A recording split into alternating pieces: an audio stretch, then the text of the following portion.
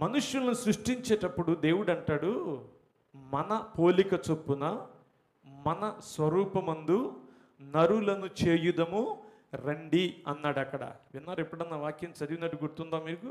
మన స్వరూపమందు లేక మన పోలిక చొప్పున నరుని చేయుదము రండి, నరుని చేయుదము అని దేవుడు, త్రిత్వమయ్యున్న దేవుడు, ఐక్యమయ్యున్న దేవుడు, సఖ్యత కలిగినటువంటి త్రిత్వదేవుడు, త్రియేక దేవుడు చేయుదము అని అనుకుని చేయడానికి పూనుకున్నారు.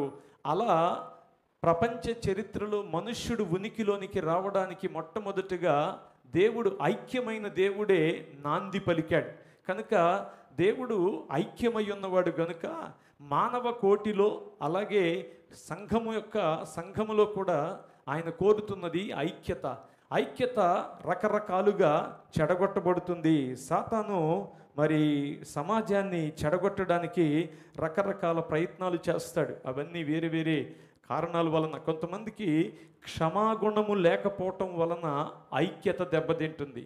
అంటే క్షమించే మనస్సు లేకపోతే ఐక్యత చెడిపోతుంది ఎక్కడైనా సరే. అంతేకాదు మరి కొంతమందికి బిట్టర్నెస్ అంటే బాగా ప్రతి విషయంలో కూడా చేదు గుణం అన్నమాట. అది ఇక దాన్ని ఒక తారాస్థాయి అంటారు. బిట్టర్నెస్ ఉన్నప్పుడు ఆ ప్రాంతమంతా కూడా ఐక్యత లేనిదిగా ఉంటుంది. సంఘములో విశ్వాసులైన మన మధ్య ఎంతగా సఖ్యత కలిగి ఉంటామో ఆ సఖ్యత గొప్ప గొప్ప ప్రయోజనాలకు కారణమవుతుంది. 133వ కీర్తన 1వ చరణంలో కీర్తనకారుడు అన్నాడు, సహోదరులు ఐక్యత కలిగి నివసించుట ఎంత మేలు, ఎంత మనోహరము అన్నాడు. ఎంత అక్కడ ఎంతో కూడా చెప్పాడు, ఎలాగో కూడా చెప్పాడు. ఐక్యత ఉన్న చోట బైబిల్ చెప్తుంది, ఈ అహరోను తల మీద పోయబడి అంగీ వరకు అంచు వరకు అన్నాడే, అలా తల మీద నుంచి అంగీ వరకు కారేదానిని ఏమంటారు అంటే అభిషేకము అంటారు.